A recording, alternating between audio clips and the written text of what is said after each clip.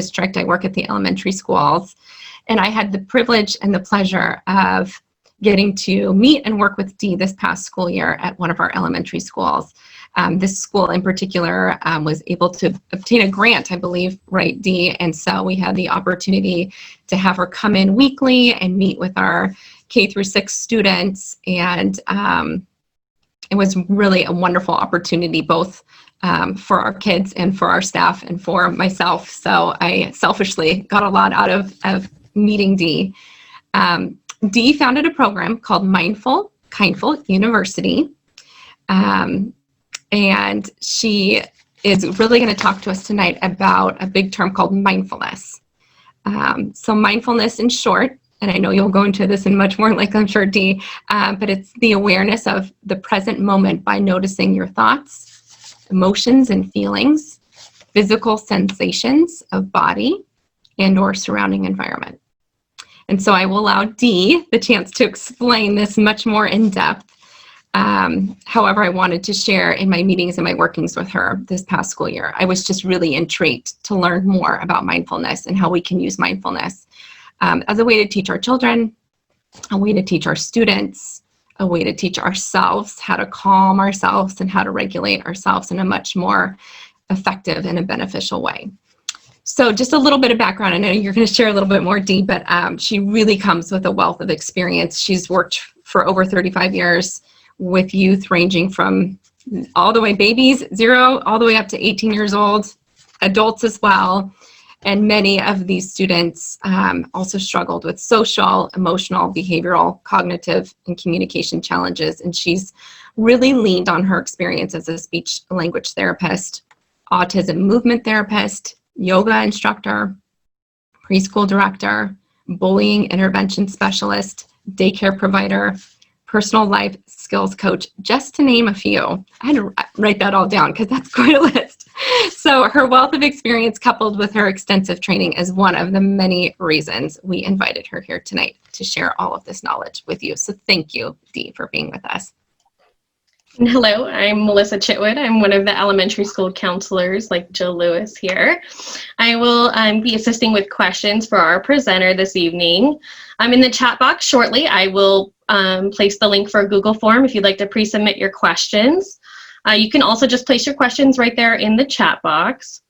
Just a quick reminder that we are recording tonight just to share back with individuals that weren't able to make it.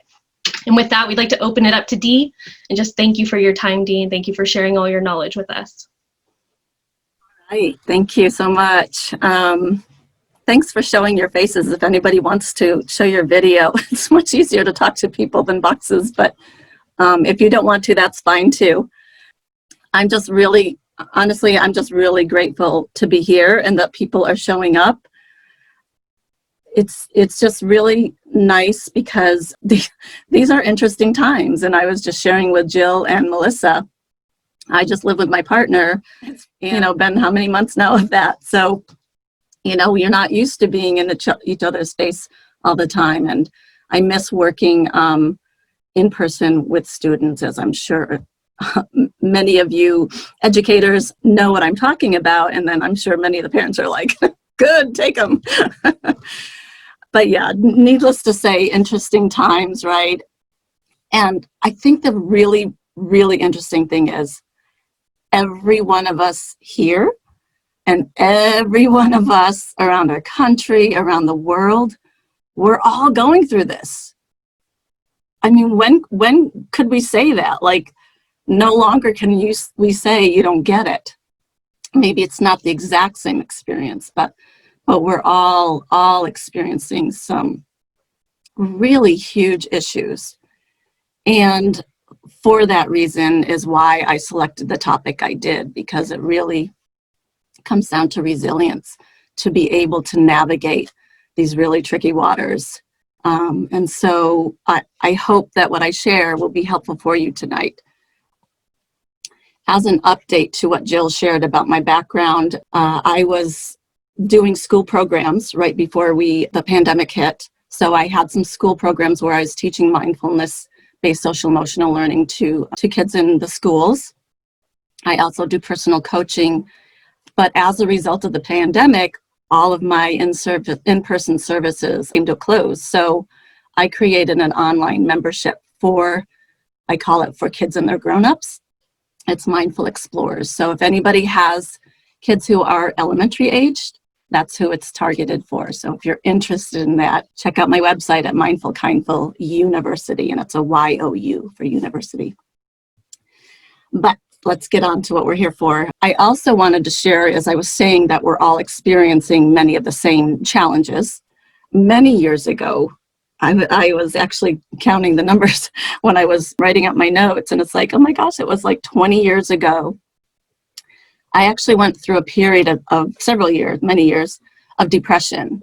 And that was as a result of trauma from my childhood, periodic things going on in my life that I wasn't able to figure out. There was no such thing as internet back then. That's how old I am. And, I didn't have a supportive family. I didn't really have that many friends. So to me, it's interesting that between that space of then and now is where I've done all my learning. At the time, I used to think that I wasn't resilient. I thought, I was a failure because I had depression. But what I've learned is I actually was very resilient because I was fighting to get past that. And I did. And so I did a lot of learning, and I've done tons of training and all kinds of things, which is why I do what I do.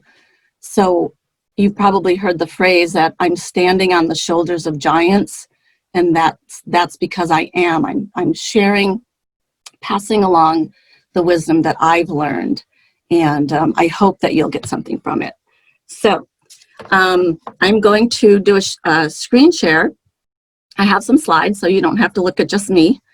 And so I'm going to start out with just a short little video, and you'll see why. This is I was really excited to find this discovery the other day. And so I created this video yesterday because I was so moved by it, and I thought it would be perfect for our talk tonight. So it's just a couple minutes long.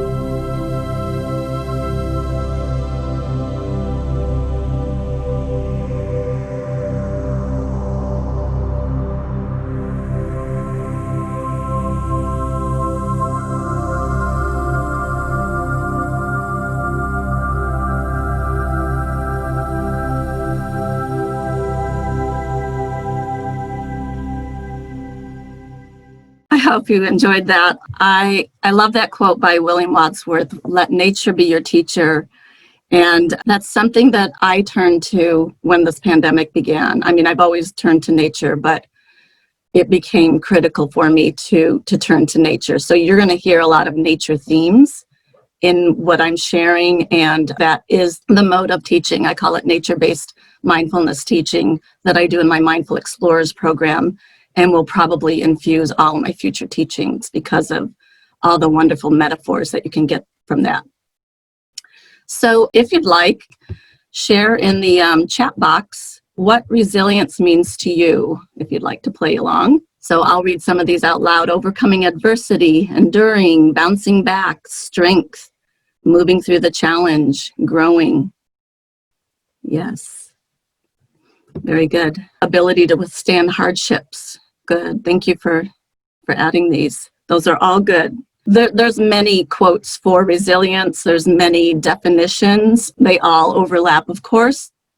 This is one I found that I liked, that I wanted to share tonight. The ability to cope with and rise to the inevitable challenges, problems, and setbacks you meet in the course of your life and come back stronger from them. I used to have a very victim mentality of why me? Why did these things happen to me? Well, guess what? The more I learned and studied and did my trainings, we all have challenges, and we all have daily challenges. We have, annual challenges. There's all kinds of challenges, big and small. And so it's not that we're going to avoid challenges. We have to learn how to navigate them, really. It's just learning about them, and then there's certain things that we can do to become resilient and ride through them, get through them, bounce back, all those things that you suggested. There are many things that we can do that I'll be covering tonight. And of course we have, this much time for a topic that's huge. So we'll just be skimming. It'll just be introductory kinds of things. And if you have any questions during this presentation, submit them, and Melissa is marking them down. We will be saving some time at the end to talk about them. And I gave Melissa permission to interrupt me if a question comes up that pertains to the slide that we're on, because I may be covering it in the end. So Melissa, don't forget to interrupt me if you need to. Resilience is a trait that some people seem to be born with it. Some people have a natural affinity to it, but actually it is part genetic, it's part circumstances, and it's part mindset. It is something that we all can learn. It's actually a skill set. And again, that was something that I did not understand as I was growing up. I just thought, well, I didn't have it. My luck was not very good. Resilience involves behaviors, thoughts, and actions that can be learned and developed by anyone. And it doesn't mean that you're not feeling the intensity of a problem. It doesn't mean to sweep it away. It just means that we find an effective way for dealing with it, moving through it, and then adapting or getting back to things as they were. For all of us, we'll be adapting to a new way of living. Likely, it won't be completely getting back to normal as we're hearing. So the resilience piece will be very important. Carl Jung has a quote that says, "I am not what happened to me. I am what I choose to become." And so that's a great mindset quote. So why is resilience important? Well, as you can see here, the quote says, when we have the skills to handle things that come our way, we can help ourselves and our loved ones thrive and flourish. So you're gonna hear me coming back to this one. Helping ourselves, and in helping ourselves, then we're in a position to help those around us. And if you see the keyword up here, skills. So like any skill, resilience is learned, and all the sub skills and we'll be talking about 5 of them tonight if we have enough time. I'm already realizing I have way too many notes. So I'm like, okay, what do I want to cover? So resilience contributes overall, just the main thing to know is that it contributes to our mental health. And so it helps you take in life as you're experiencing it without getting stuck. And that's what happens to a lot of people. They get stuck with whatever that setback is and don't know how to move forward, don't know how to get through it. And so that's what we'll be looking at. I'm going to skim my notes here because I know I won't have time to do all of these. I always have way too many notes. Probably should have done like 10 of these, 10 webinars on this topic. Resilience is a great trait to have because some of the benefits researchers have noticed and people who practice it are the things that come out as characteristics are persistence, perseverance, greater grit, so not giving up, greater ability to cope with stress and anxiety, enhanced problem-solving skills, more optimism, positive emotions, better regulation or control of emotions, and improved immune system. So I think that's a really big one right now that we need to consider. How is our stress affecting our health? And my goodness, we all want to make sure we're staying very healthy at this time and able to be resilient to any things that might affect us health-wise with the COVID. So it's really important to work on our resilience skills, keeping that in mind. Reduced depression, greater flexibility, all kinds of things. So there's wonderful things about resilience that we can learn. So again, here's the resilience to bounce back from adversity. I found this picture and just had to include it, but I like this quote that says, life doesn't get easier or more forgiving, we get stronger or more resilient. So this slide is about how do we become more resilient? Well, how do we become more resilient is just like any other skill, we have to practice it. And I like to call this mental fitness. It's really exercising your brain. And so I'm sorry, but there is no sales pitch at the end. There is no magic bottle for you. You have to do the work. And this is where some people will give up or give up on maybe certain traits of resilience. Some are easier to practice and to have as in our toolbox. However, some of the skills are more challenging and people give up because it's not a quick solution. It's something that you have to build over time. And in our culture today where people want quick fixes, you're not always going to get that instant satisfaction. So that's really important to remember. And when we're practicing resilience in ourselves and learning it so that we can be strong for the children in our homes or classrooms, it's important to be that role model for them and know that even when we're trying to get our kiddos on board for practicing certain things or doing things a certain way, that has to become like a routine thing. It has to become something built into their day because, again, there's not going to be that instant like, yay, we're going to, McDonald's and you get that burger. It's not like that. So that's what makes a lot of emotional intelligence skills difficult to stick with because you don't always get that instant gratification. So I wanted to do a little practice with you to, again, using nature's metaphors. So bear with me, we're going to do a little imagining right now.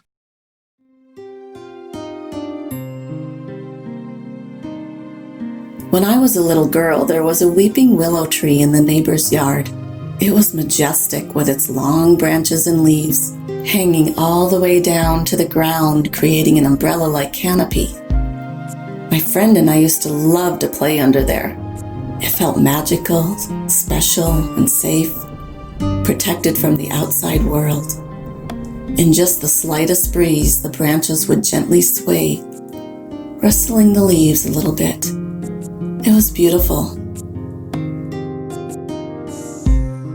I invite you to play along with me for a few minutes, using your imagination. If you'd like to, gently close your eyes as you bring images to mind throughout this guided practice. Imagine yourself as a willow tree. Begin by bringing your focus to your feet, which are planted on the ground, roots reaching deep into the earth.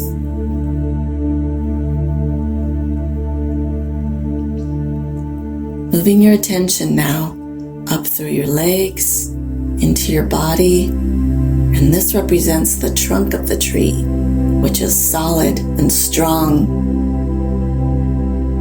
Bring your awareness to your breath for a moment.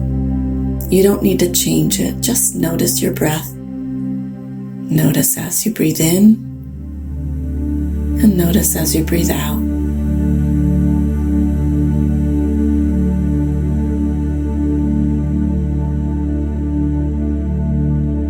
Now moving your attention up to your arms, which are like the branches of the tree. If you'd like, let your arms fall to your side and let them hang. You might even let them sway slightly, as though a whisper of a breeze is arising. And then let them come into stillness. Now moving your attention up to where you would place a crown on your head, and feel your crown slightly lift in the direction of the sky. The crown of the tree is the network of branches, like the network of your mind, your thoughts.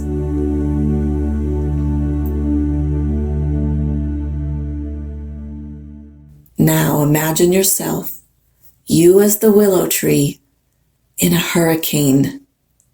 Visualize torrential rain, turbulent winds blowing on your branches, whipping them around violently, leaves blowing, your crown bending.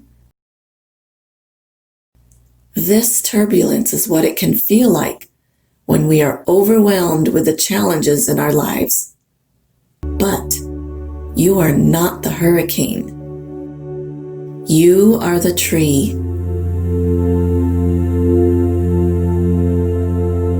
Although a hurricane is a mass of swirling, strong, turbulent winds, rain, debris, unpredictable, ever-changing, the eye of the hurricane, the center of the hurricane, is the opposite of this. In the eye, it is quiet. No wind, no movement, just stillness. You can focus and get tossed in the turbulence, or you can focus on the eye. What happens if you become the observer rather than the participant in the storm? In the eye, you see things from a new perspective.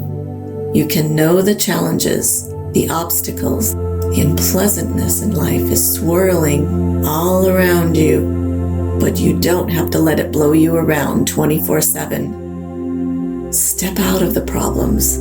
Step into the center, the eye of the hurricane, where it is calm and quiet. You can shift your attention away from the storm, away from your thoughts and worries, out of the crown, out of the tree branches, and shifting your attention down into your body, sitting there, solid and stable like a tree trunk.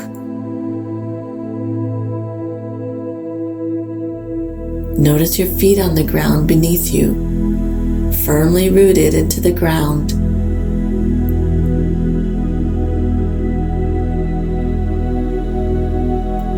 If you'd like, place your hands on your belly or wrap them around yourself like hugging a tree.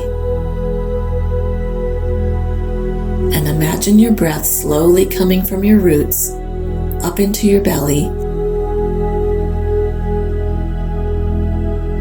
and slowly releasing the breath back down to your roots. By connecting to your breath, you're no longer taking part in the chaos of the hurricane.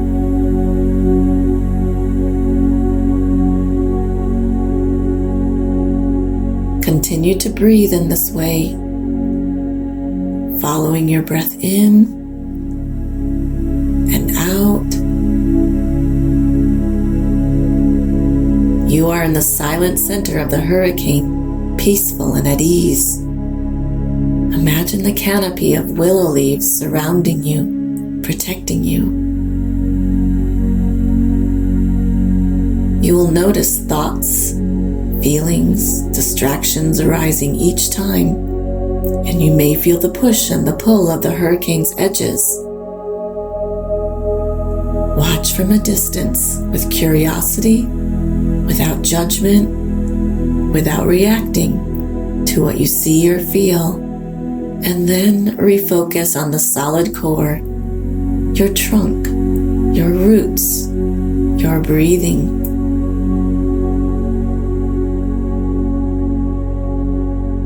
As you're breathing, notice how you're more centered in the eye of the hurricane. You are in a safe, peaceful place. Breathing in, breathing out. No matter how intense or how bad a hurricane gets, in the eye, you are centered, calm, and at ease. Even the most turbulent hurricane cannot hurt you in the eye, where it is safe.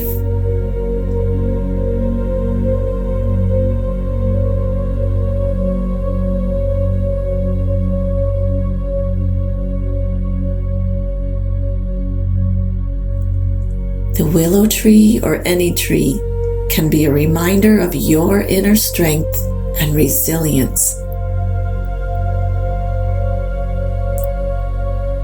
It is centered, constant, and a place that you can return to for inner stillness and calm in any storm.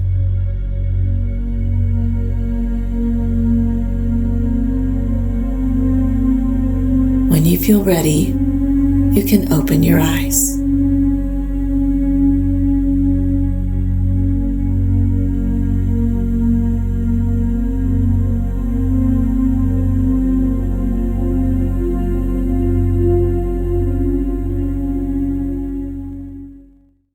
If we had time and we're sitting together, I would ask you, how did that feel? What was it like? Were you able to separate yourself from the storm? And I love this metaphor, this story, and I've turned to it over and over during this pandemic. I find it very helpful to step out of the problem and let it be around me. Take a break from time to time. All right, we have 5 elements of what I'm calling the seeds of resilience. These could be sub-skills of resilience, of emotional intelligence. The quote here says, mindfulness is turning towards life. So many of us often avoid our emotions. We don't want to feel the pain. It hurts too much. And so we do things to escape our emotions.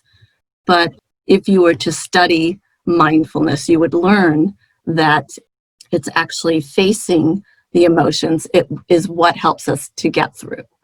And so there's many ways we can do that. The self-awareness piece, again, this is such a broad topic, but this is really key. Again, I think we've become a culture of constantly moving on to what's the next shiny thing out there, and we're not paying attention to what's in here. We're trying to grab what might make you feel better, what might help make that feeling go away, rather than facing it. Self-awareness. I notice I still work part-time in the schools as a speech language therapist. A lot of my students I work with, we talk about emotions, but for so many kiddos, it's hard for them to even name their emotions. I'm finding that that's not something that we're teaching our kids anymore. And that's a problem, because emotional intelligence is so key to learning our own self-awareness so that we can relate to others in better ways. So it's number one, it's foundational. Self-awareness is learning to have that capacity, that space to be able to take care of those emotions. And I could do a whole week or month or year of classes on this, and I often do. Mindfulness, as Jill was saying earlier, I like this quote by James Baraz. Mindfulness is simply being aware of what is happening right now without wishing it were different. Ooh, that's hard. Without wishing it were different, enjoying the pleasant without holding on when it changes which it will, and being with the unpleasant without fearing it will always be this way, which it won't. I love that. Nature, again, can be our teacher. Let nature be your teacher. We have clouds, we have rain, we have sunshine. If you're here on the Central Coast, we have fog, sun, cold, warm. It's constantly changing. So do our emotions. When we ask our kids, how was your day? That's kind of a disservice because our emotions change from minute to minute throughout the day, depending on what's going on. So really, I love to use, we talk about our inner weather when I'm working with my students, and we talk about the changing nature. Well, right now, maybe right now, or maybe when you logged on, you were feeling, I'll just say stressed, because it was like you were trying to rush to get on. And then it was maybe over time, now you're relaxing, maybe you enjoyed the guided, I hope you did, those kinds of things. We change. And then you could leave here and somebody might yell at you and you get stressed again, or the kids won't go to bed, or our emotions are constantly changing. So being aware of what's coming up and then learning what can we do with that as they rise. We won't have time to get into that, unfortunately. Number 2, this is probably the most difficult for probably everyone in this space, sharing this space today, is self-care. Seeds of resilience for self-care. Why don't we do it? Because we're nurturers, we're caregivers, we put everybody else first, right? We all do. Parents do, and educators do.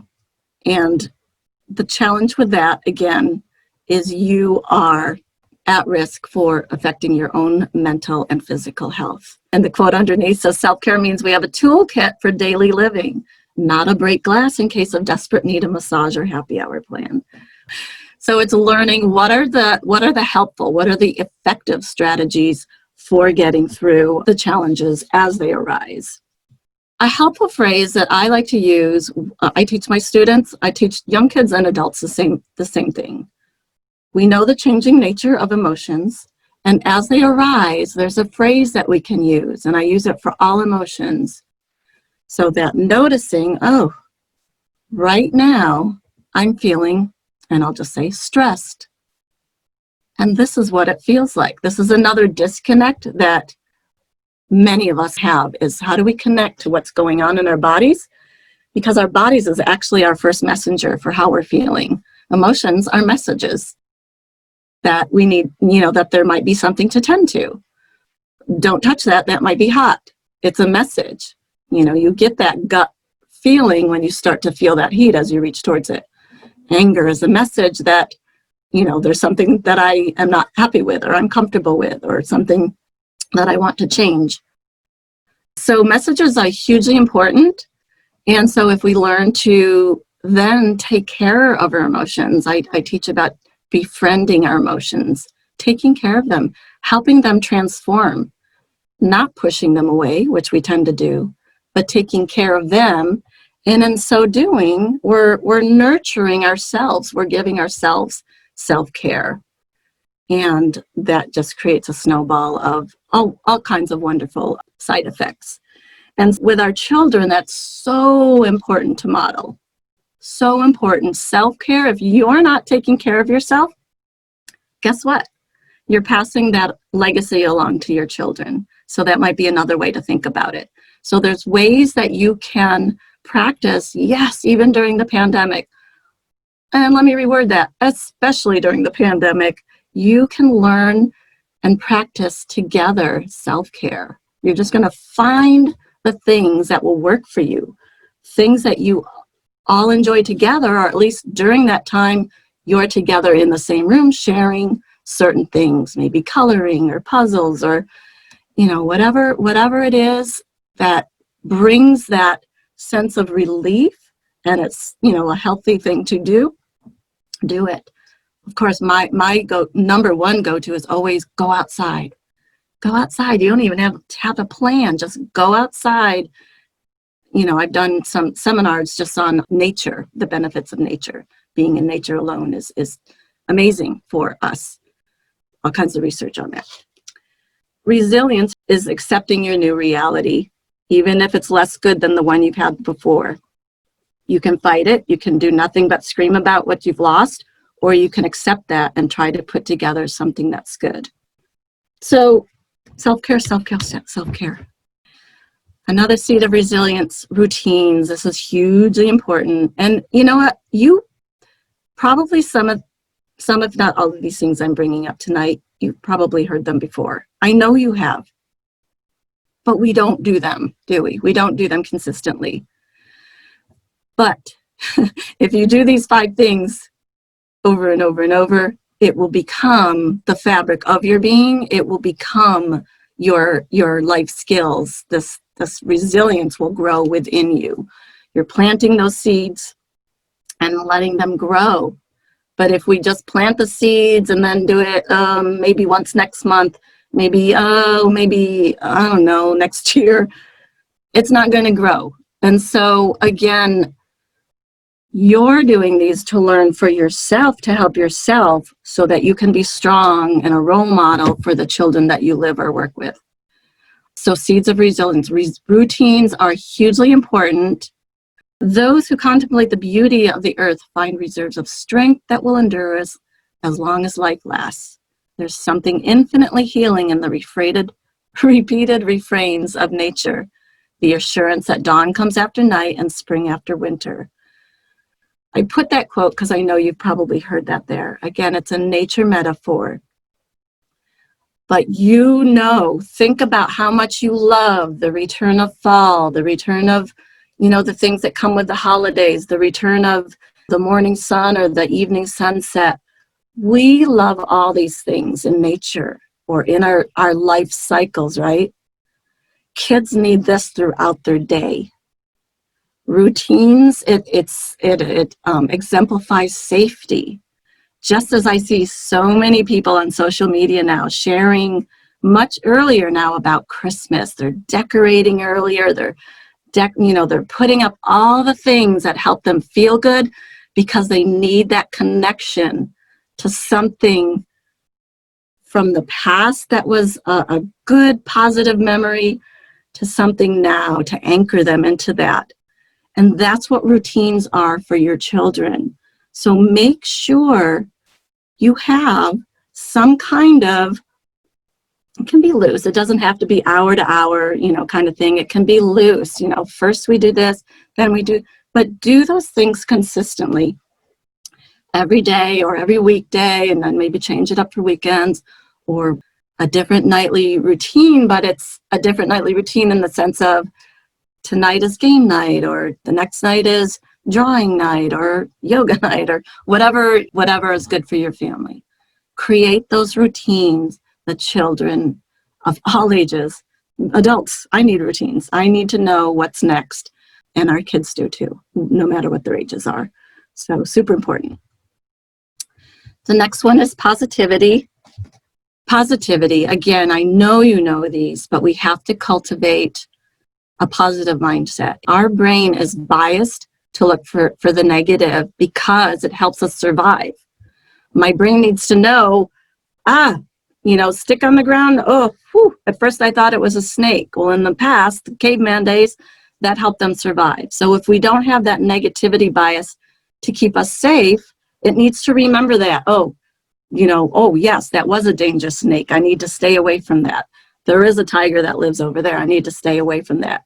Without that bias, without that memory, then we wouldn't be here today. So we have a negativity bias that we have to override by retraining the circuits in our brain to be positive. A very useful one, helpful, very effective, lots of research behind it, is practicing gratitude.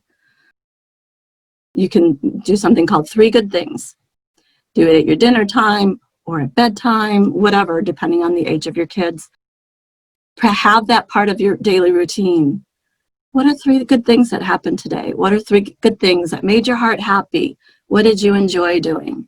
At first, you're going to be, I don't know. And so you might have to help model it. Take your turn. I always do my favorite go-to example is, oh my gosh, I had fresh raspberries on my cereal this morning. I love raspberries. I mean, it truly brings joy to my day. Things like that, you want them to find the small, seemingly insignificant things, but they really are important. You know, I love the feel of the blanket on my skin. I love my unicorn stuffy, whatever it is. And then the next day, you're going to have them think of different things because you don't want them to have that one-track mind. We're trying to expand, because when there are problems, when there are threats in our life, pandemic, job, finances, worry about our narrow becomes focused on just that. It becomes a narrow focus. So we have to consciously step out and expand our awareness. That's why going outside is such a great way to practice that. You can go on a gratitude walk. Oh my gosh, I love how the silhouette of the tree is against the sun right now. So, you know, you're going to like model that and talk about that in your moment-to-moment experiences to help them begin. And you will see your children begin to shift and share that kind of language. And it's beautiful, and it changes the networks in your brain to be more positive. That's the simple way of saying it. And then there's relationships. This is really an interesting, there's been studies on this, that the number one common variable of those with resilience is there was at least one person that was there for that person. And I can attest to that. I can remember throughout my years of depression, I felt so alone. I had nobody that I knew who to connect with. I didn't dare go for help. It was a stigma back then. But I finally, you know, my partner that I'm with now, that I've been with for 10 years, he was finally that one. Even if you're that one person, teacher, parent, a coach, if you can be that one, that is enough to lift somebody's hope and ability to get through difficult times, knowing somebody's there. Honestly, this pandemic's been wonderful for my relationship with my sister on the East Coast. We used to talk like once a year. We talk almost daily now. She's my one that I go to throughout this pandemic, and I'm loving it. So I love this quote: some days you will be the light for others, and then some days you will need some light from them. As long as there is light, there is hope, and there is a way. I'm going to stop there. There was way more that I wanted to share. There's examples on how you can collaborate as a family to do some problem solving together, but keeping it positive, like, okay, we're in this boat together kind of thing, and having family meetings. A lot of you have heard about family meetings for talking about challenges. Have family meetings to make a plan for the week, so you have things to look forward to, so that you can remind one another, bring back to mind things that you're forgetting. Like, remember, we're going to really work on, you know, not yelling, or, you know, things like that. So carving out some family times. I wanted to wrap up this webinar with a story from the late, great John Lewis. May his legacy live on through his example of how to live life. I thought it was a great way to tie in the idea of weathering the storm, resilience, and relationships.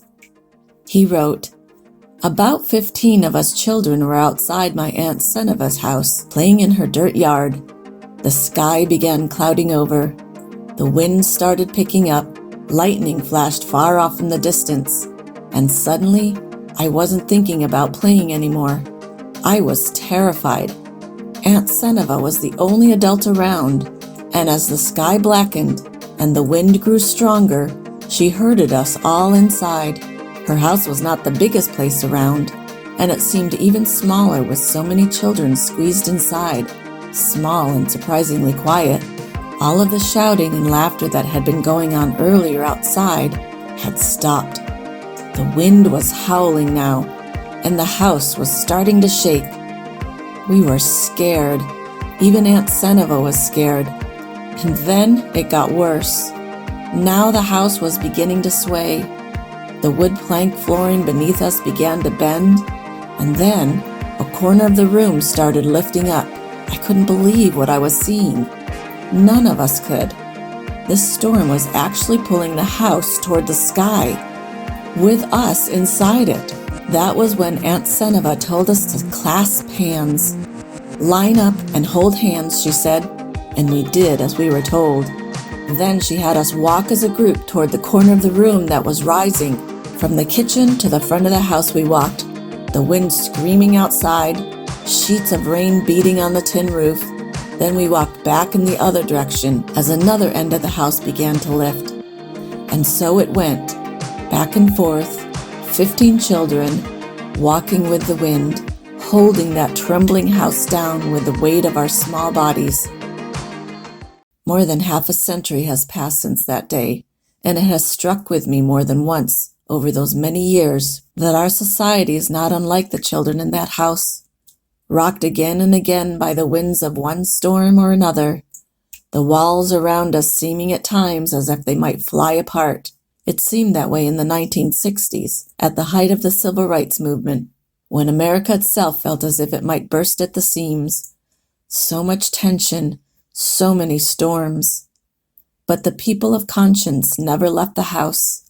They never ran away. They stayed. They came together, and they did the best they could, clasping hands and moving toward the corner of the house that was the weakest. And then another corner would lift, and we would go there.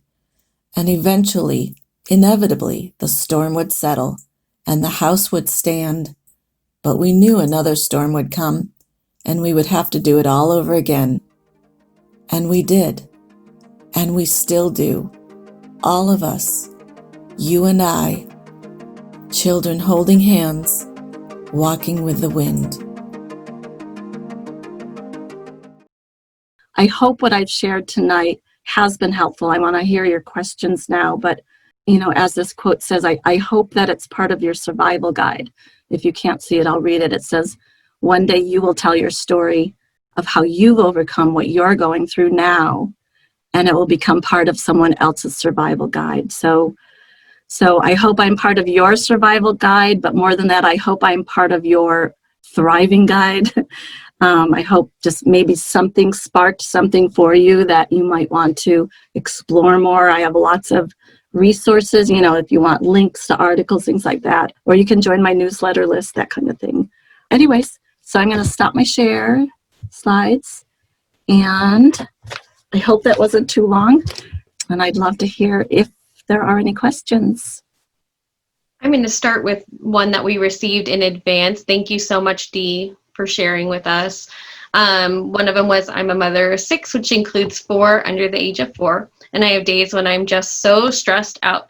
How do I learn to de-stress myself and have more patience? And she's looking for some tips. Yeah. I mean, face it, this is tough. The pandemic is tough. Right now it's like this, and it won't always be, but right now it is. So we learned about the 5 things: self-awareness, self-care, the positivity. What else? So we learned some things tonight. Take one of those. That was part of my challenge with this talk tonight.